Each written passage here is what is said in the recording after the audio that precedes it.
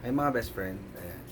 Kung gusto nyong kumita ng malaki dito sa Facebook, syempre mag-focus dapat tayo sa mga long form videos natin. Ayan. Dapat yung mas more na ginagawa natin, yung mga long form videos, hindi dapat tayo nagko-focus dun sa mga reels. Kasi sa reels, medyo konti lang yung kita.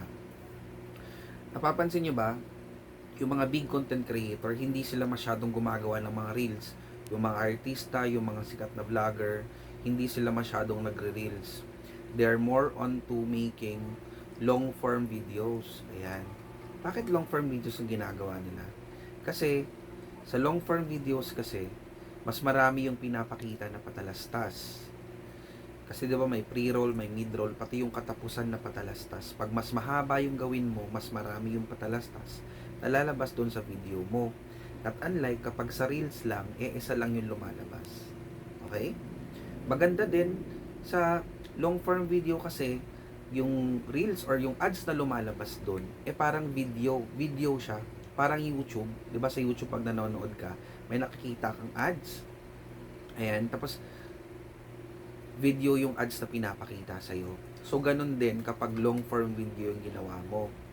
And kagandahan lang doon kasi, kunyari na-monetize na tayo sa in-stream ads.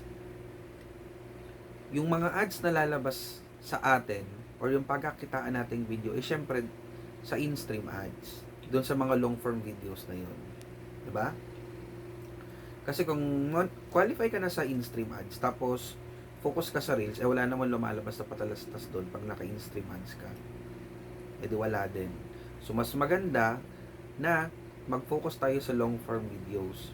Kasi doon naman tayo na-qualify sa in-stream ads. And maganda sa in-stream ads kasi nakikita mo yung requirement kung nasan ka na ba, kung nakailang minute views ka na ba, kung na-hit mo na ba yung followers na hinahanap nila doon.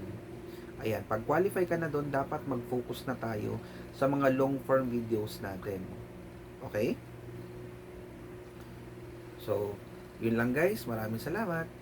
Please follow, like, and share.